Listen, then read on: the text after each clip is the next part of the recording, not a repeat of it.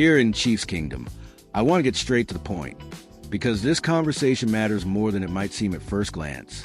When you look at where the Kansas City Chiefs are right now, this isn't about panic or negativity. It's about reality. It's about understanding which young players are truly part of the next chapter of this dynasty, and which ones are running out of runway. From my perspective, the 2026 offseason is not a luxury offseason. The Chiefs don't have the cap space to go hunting for big-name free agents. This team will live or die by development. The players already under contract have to grow up fast, because Patrick Mahomes isn't getting any younger, and windows, even dynastic ones, don't stay open forever. We've seen what this franchise is at its best. Super Bowl IV in 1969 laid the foundation. Super Bowl 54 in 2020 launched the Mahomes era. Then 2023 and 2024 cemented Kansas City as the modern NFL's gold standard.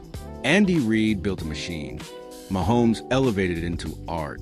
Travis Kelce became the smartest weapon in football. Chris Jones turned defensive pressure into an identity. This is one of the greatest runs the league has ever seen. But dynasties survive by transitioning, not by reminiscing. That's why the conversation around young players matters so much right now. And that brings us to Brashard Smith.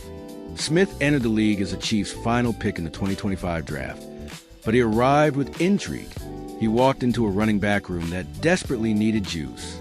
Kareem Hunt is reliable, but he's not someone you want carrying the offense. Isaiah Pacheco, through no fault of his own, has absorbed years of physical punishment, and the explosive, angry runs that once defined him have become less frequent. That should have created opportunity. In theory, Smith had a clear path to carve out a meaningful role, but in reality, it never fully happened. He saw double-digit carries just twice all season, both against the Raiders. In the final game of the year, he finished with 12 carries for 56 yards, including a solid 14-yard run. Respectable numbers, but not numbers that force a coaching staff to change plans.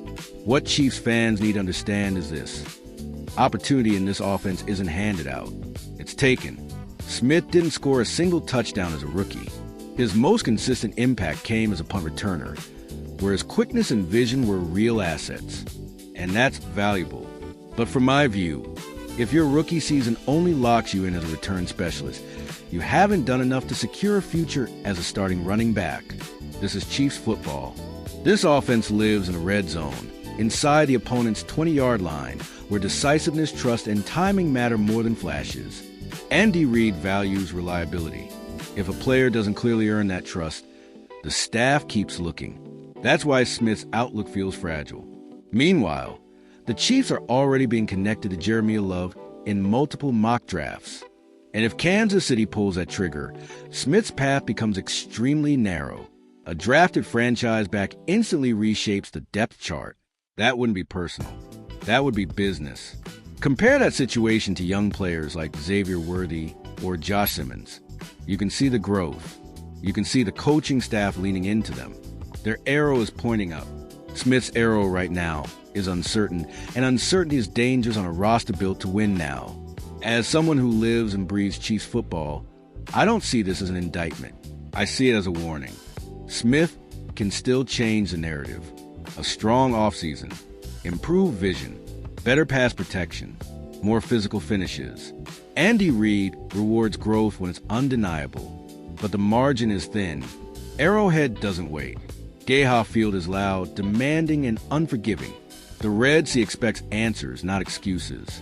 And the rest of the AFC, the Bills, Bengals, Ravens, are building every roster decision with Mahomes in mind. The Chiefs are still Super Bowl contenders. That's not in question.